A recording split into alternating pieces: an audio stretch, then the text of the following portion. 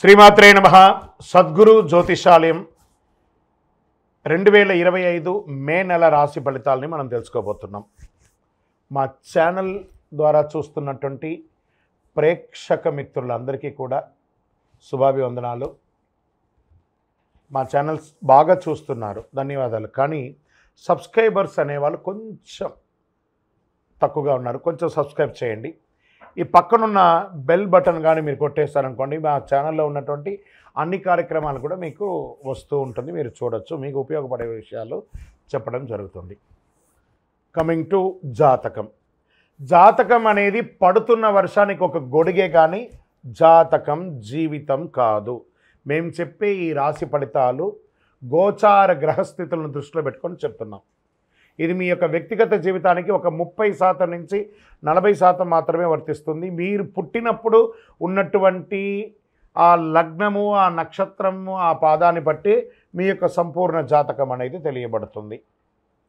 ఇంకా జాతకం అంటే ప్రతి ఒక్కరికి కూడా నాకు ఉద్యోగం ఎలా ఉంటుంది, నాకు వ్యాపారం ఎలా ఉంటుంది, నాకు ఆరోగ్యం ఎలా ఉంటుంది, దాంపత్య జీవితం ఎలా ఉంటుంది, సంతానం ఉంటుందా, ఉద్యోగం వస్తుందా, వ్యాపారం బాగుంటుంది, ఇవే ఏదో టెన్షన్స్తోనే ప్రతి ఒక్కళ్ళం కూడా జీవిస్తున్నాం. దానికి ఉపశమనంగా ఈ మాస ఫలితాలని ప్రతి మాసంలో కొన్ని గ్రహాలు మారుతూ ఉంటాయి కాబట్టి ఆ గ్రహాల యొక్క గమనాన్ని దృష్టిలో పెట్టుకొని, అన్ని వర్గాల వారిని దృష్టిలో పెట్టుకొని ప్రిడిక్ట్ చేయబడిందే ఈ మాస ఫలితాలు. జాతకం ఎవరైనా మీ పరిసర ప్రాంతాల్లో ఉన్నటువంటి సద్గురువుల్ని సంప్రదించి జాతకం తెలుసుకోండి. లేదా మా ద్వారా తెలుసుకోవాలనుకుంటే 21 వయసు లోపు ఉన్న వాళ్ళు అడగకూడదు. ఎందుకంటే మీరు విద్య చదువుకుంటున్నటువంటి వారు కాబట్టి మీరు ఖచ్చితంగా మీ యొక్క వ్యక్తిగతమైనటువంటి జీవితంలో 21 సంవత్సరాల వరకు జాతకం అడగకండి. 60 సంవత్సరాలు దాటిన వారు మీరు అన్నీ అనుభవించుంటారు, మంచి చెడు అన్నీ చూసుంటారు కాబట్టి మీకు జాతకంతో పని లేదు. అడగడానికి కూడా ఇల్లీగల్ అఫైర్స్కి సంబంధించింది ఏది అడగకూడదు. నాకు అప్పులు బాగున్నాయి, జాతకం చెప్పనంటే ఎవరు చెప్పరు. మీ అప్పులు తీసుకున్న చోట ఖచ్చితంగా కష్టపడి ఇవ్వండి, అదొకటే జాతకానికి ఉన్నది. ఇప్పుడు మనం 12 రాసుల్లో ఒక్కొక్క రాశిగా మనం చెప్పుకోబోతున్నాం. జ్యోతిషాస్త్రరీత్యా 12 రాసుల్లో 12వ రాశి అయినటువంటి మీనరాశి మిత్రులారా, మీరు పూర్వభాద్ర నక్షత్రం 4వ పాదం, ఉత్తరాభాద్ర నక్షత్రం 1, 2, 3, 4 పాదం, రేవతి నక్షత్రం 1, 2, 3, 4 పాదాలకి జన్మించిన మీరు మీనరాశి వారిగా పరిగణించబడుతున్నారు. చాలా చిన్న సౌమ్యమైనటువంటి మనస్తత్వం కలిగిన మీనరాశి మిత్రులారా, 7.5 శని ఉచ్చ స్థితిలో ఉంది. మీలోకి వచ్చి కూర్చున్నాడు శని భగవానుడు.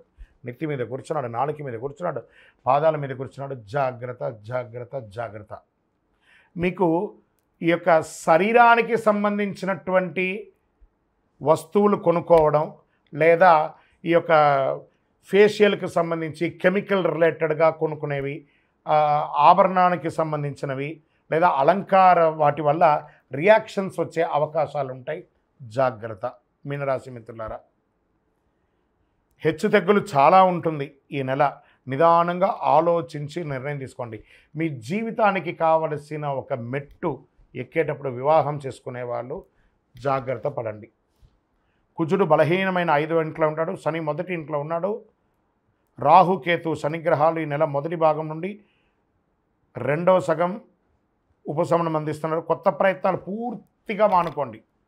అధికంగా ఏ ఇబ్బంది ఉండదు, ఇబ్బంది పెద్దగా ఉండదు, కానీ జాగ్రత్తగా ఉండండి.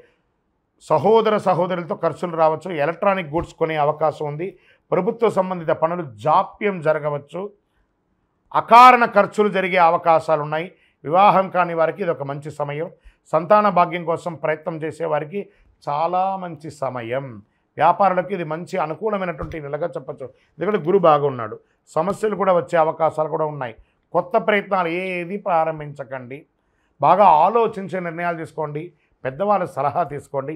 మీకు మాత్రమే తెలుసు అనుకోకండి, మీకు కూడా తెలుసు అనుకోండి. ఇది బాగా నోటీస్. మళ్ళీ చెప్తున్నాను, మీకు మాత్రమే తెలుసు అనుకోవడం అహం, మీకు కూడా తెలుసు అనడం సబ్జెక్ట్ నాలెడ్జ్. దాని ప్రకారంగా మీనరాశి వారు తెలుసుకోండి. ఉద్యోగం చేసేవారికి పై అధికారం నుండి, కింద పని వాళ్ళ దగ్గర నుండి సపోర్ట్ దొరుకుతుంది. ఉద్యోగం చేసే స్త్రీ పురుషులు యోగం, చాలా యోగం, అద్భుతమైనటువంటి యోగం ఉంటుంది. వ్యాపారం చేస్తే స్త్రీలకి, ఎంటర్ప్రెనర్కి ఉన్నతమైనటువంటి అవకాశాలు రాబోతున్నాయి. ఇతరుల విషయంలో జోక్యం చేసుకోకండి. ఇతరులు మీ విషయంలో జోక్యం కాకుండా చూసుకోండి.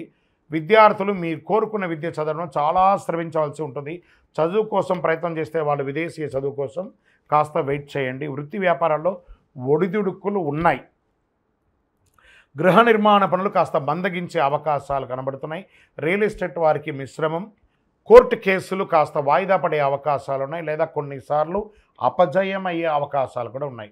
కొత్త ప్రయోగాలు ఏది ప్రారంభించకండి. ఆర్థికంగా అనవసరమైనటువంటి ఖర్చులు, వాగ్దానాలు చేయకండి, ఇబ్బంది పడతారు. ఆరోగ్యం చాలా జాగ్రత్తగా ఉన్నాయి. యాసిడిటీ లేదా అజీర్ణం ఇలాంటివి కూడా కొంచెం అవకాశాలు ఉన్నాయి. జాగ్రత్త. కాలేయ సంబంధిత వ్యాధులు కూడా వచ్చే అవకాశాలు ఉన్నాయి, జాగ్రత్త పడండి. రాజకీయ నాయకులకి ఇది ఒక గడ్డు కాలం. సైలెంట్గా ఉండండి. ప్రజాక్షేత్రంలో వెళ్ళేటప్పుడు ఎంతలో ఉండాలో అంతలోనే ఉండండి. తస్మాత్ జాగ్రత్త. దస్తావేజులు జాగ్రత్త. షేర్ మార్కెట్ అస్సలు ముట్టుకోకండి. వ్యవసాయదారులకి మిశ్రమం. మీడియా రంగం వారికి మిశ్రమం. ఇంకా ఐటీ రంగం వారికి స్ట్రెస్ స్ట్రెస్ స్ట్రెస్, జాగ్రత్త. స్పోర్ట్స్ వాళ్ళకి చాలా బాగుంది. సర్వీస్ సెక్టార్లో ఉన్న డాక్టర్, అడ్వకేట్స్, టీచర్స్, ప్రొఫెసర్స్, తర్వాత పోలీస్ డిపార్ట్మెంట్ లేదా డిఫెన్స్ వీళ్ళకందరికీ చాలా బాగుందని కూడా చెప్పచ్చు. సివిల్ సర్వీస్లో ఉన్న వాళ్ళకందరికీ కూడా మంచి సమయం అని చెప్పచ్చు.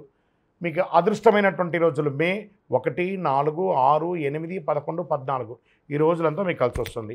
అదృష్ట సంఖ్య 1 మరియు 3.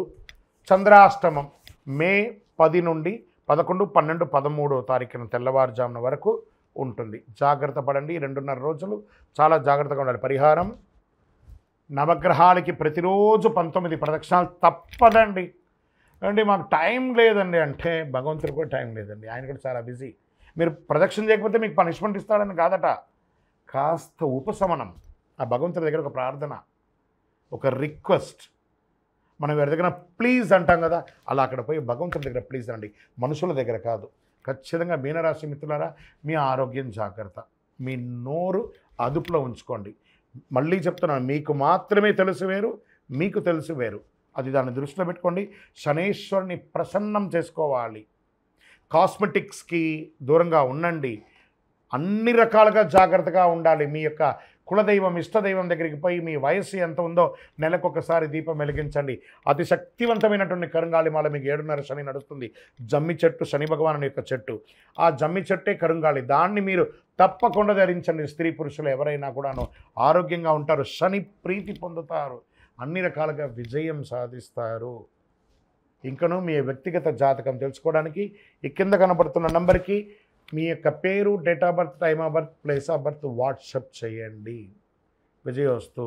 ద్వాదశ రాసుల్లో ఉన్నటువంటి మిత్రులారా, మీరందరూ కూడాను ఆయురారోగ్య, ఐశ్వర్య, భోగభాగ్యాలతో ఉండాలని అఖిలాండ కోటి బ్రహ్మాండ నాయకుడు శ్రీ ధర్మశాస్త్ర అయ్యప్ప స్వామి వారిని 18 అవతారాలుగా కొలువైనటువంటి స్వామివారు జీవలింగేశ్వర స్వామి సన్నిధానం జీవకోణ తిరుపతిలో ఉన్నటువంటి బ్రహ్మశ్రీ డాక్టర్ చంద్రమౌళి గురుస్వామి గారు నిర్మించిన దేవాలయంలో మీకోసం ప్రార్థన చేస్తాం.